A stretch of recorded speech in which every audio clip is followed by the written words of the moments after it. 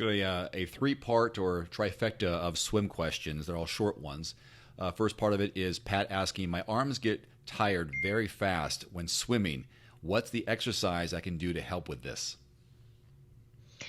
Um, Hey Patrick, the first thing I would say is send me a swim video for analysis so I can, look at your swim technique, maybe offer some tips based on maybe you have a limiter, so a swim technique limiter that you need to work on. So a lot of it could be technique based.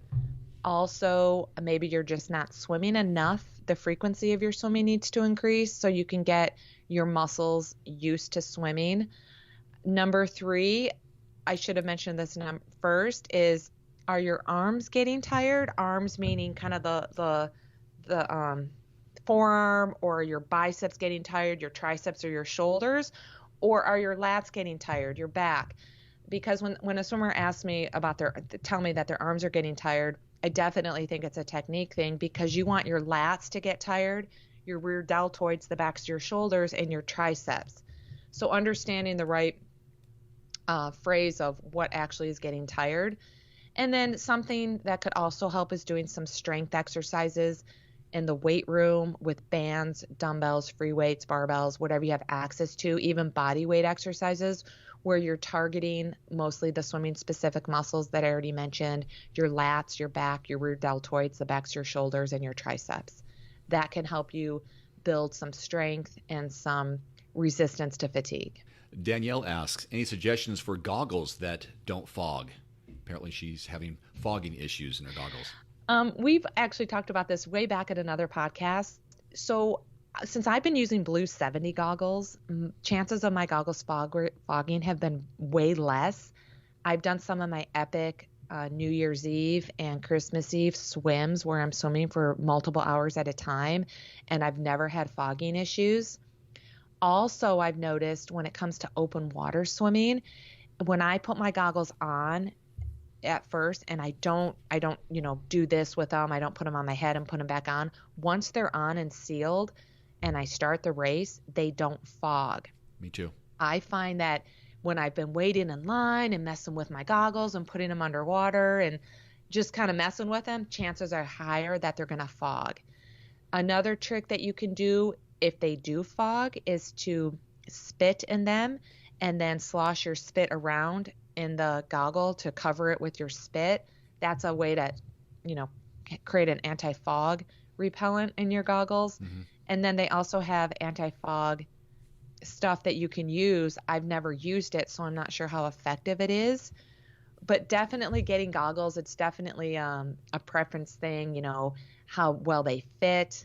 You might also want to try Aquasphere is another brand that I've had success with, where I get the kind of the bigger goggle. It's almost like a scuba diving type of goggle. I don't know what they're called, but they're bigger and they just fit around your eyes and your forehead and cheeks a little bit different than your typical goggle. That might help. What do you think? Agreed. I think the first thing that you said, and I do this too, and I've noticed the difference is if I just put them on and start swimming, it stays clear longer. But the moment I take a break or I'm in between sets and take them off or splash them, then they have more residue in them. I don't know why that happens, but once they're sealed, they're usually pretty good. And that's what I'll do in a race. I'll just put them on. It's kind of tough, though, if you go and do a warm-up swim. If they allow you to go do a warm-up swim, then it's like, do I keep them on for the next 10, 15 minutes while we're sitting on the beach? I don't know. But, yeah, that's a problem. If you get them wet, they seem to fog up quickly. Well, and it's definitely planning ahead, going with a suggestion of once they're on, don't touch them, mm-hmm. planning ahead, and just getting experience with different brands. It's kind of like wetsuit brands are a little bit fit differently. Mm-hmm. A Blue 70 wetsuit fits differently than an Xterra wetsuit or Aquasphere wetsuit. Depending on the distance of your eyes and, whether you get little tiny goggles or bigger goggles. Yeah. So it's just could be a matter of just trial and error. Yeah, the fit is so important on maybe one eye. It could be on your eyebrow wrong. You could have, a hair from your eyebrow get in the way and then it cracks the seal. Mm-hmm. Yeah, you can have the same brand, but it'll fit differently, the same, just how they're manufactured. It's like a pair of jeans. Yeah, if I got a 32, they all may fit a little bit different. Yeah. Another swim-related question is another guy did his first triathlon this past weekend. That's awesome. Open water in a wetsuit, and he struggled with his breathing the entire swim. Hard to answer this without knowing more details, but I'm not sure why they were struggling. But if you have any suggestions, Wendy, for him on breathing in open water with his wetsuit. Right. So when it comes to open water swimming, there's a few things that could cause breathlessness. First and foremost, maybe this athlete was not warmed up. There's a video that I've created on the Endurance Hour YouTube channel that explains a proper warm up that you can do in the water if it's allowed at the venue. Mm-hmm. And then I also do another dry land video of how to warm up.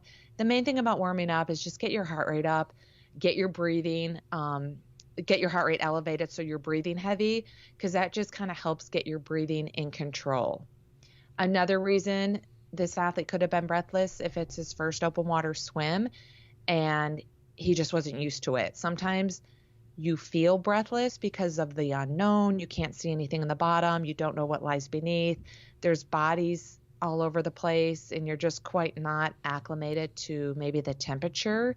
That could cause breathlessness. A third thing that could cause breathlessness, if you've never worn a wetsuit before, the wetsuits are going to be restricting a little bit in the chest, and some of them have a high in the neck. It could feel like it's restricting your breathing, and sometimes it will be if you get the wrong size. But for the most part, the more experience you have wearing a wetsuit, making sure it fits, making sure you pull it up properly so it's all the way up your body, and making sure it's zipped right. Maybe that'll release some tension in the chest area and it'll allow you to breathe better.